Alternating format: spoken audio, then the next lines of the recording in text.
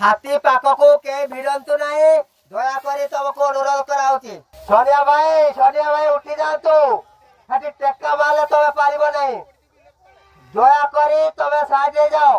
मानु भाई घर बाटे हाथी गलानी दयाकोरी के सामना को बारंतु नहीं सुराड़ को पुणी गति कलानी दयाकोरी के बारंतु नहीं।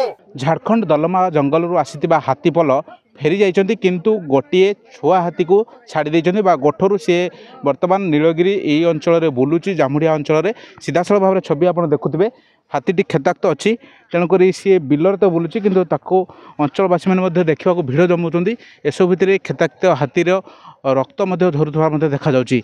तेबे ये हाथीटी आज दिन तमाम ए अंचल ही बुलूची तो वन विभाग ताको किभली चिकित्सा करिवो सेतिपई प्लान प्रस्तुत करुच्ची। गोटे प्रकार वर्तमान फील्ड रे नीलगिरी रेंजर अच्छी ताको किभली कौ पद्धति रे ट्रांकुलाइज करा जिवो कि केमती मेडिकल ट्रीटमेंट दिया जाय पारो सेतिपई वर्तमान प्लान प्रस्तुत चलछि। गोटे प्रकार ए नीलगिरी जांभुडिया अंचल रे तेबे हाथीटी को किभली तांको गोठरे मिसा जिवो ना ताको जंगल रे छड़ा जिवो सीधासल भाव में आम आलोचना करबा। आम सहित नीलगिरी रेंजर जोड़ी हेबे केमिति सर ब्लूप्रिंट प्रस्तुत कराई से आलोचना करबा। हाथीर छवि आपण देखुथिबे सर केमिति हाथीर वर्तमान स्थिति कोन अछि सर?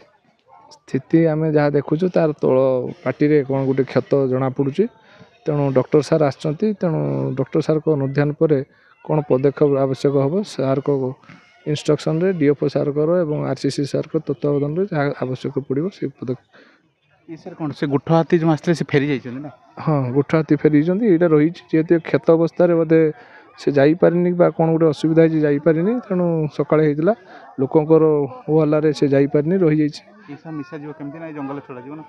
ये हाथी आप पलैब एटा सेमती छोट छुआ नुह एटा सब एडल्ट फिमेलटा 5.5 फुट हाइट हम एवं 4-5 वर्षर बोधे हम तेणु ये आपे तो केमती कौन है कि जना पड़नी तले कौन गोटे बाजी थी पारे कौन हो जानी होनी डॉक्टर ट्रीटमेंट कौन ट्रांकुलाइज करा जीवो ना केमती डॉक्टर सार ही कोइ परिबा हम किछ कोइ परिबा आज ही करा जीवो केबे करा जीवो डॉक्टर सार ही कोइ परिबा सेति डॉक्टर सार आछन देखि।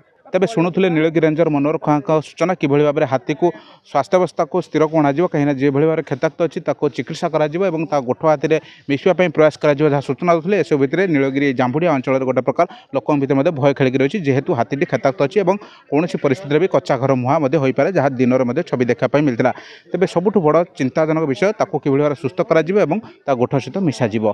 नीलगिरी जांभुडिया ग्रामर विशंबर दास, ओटीवी।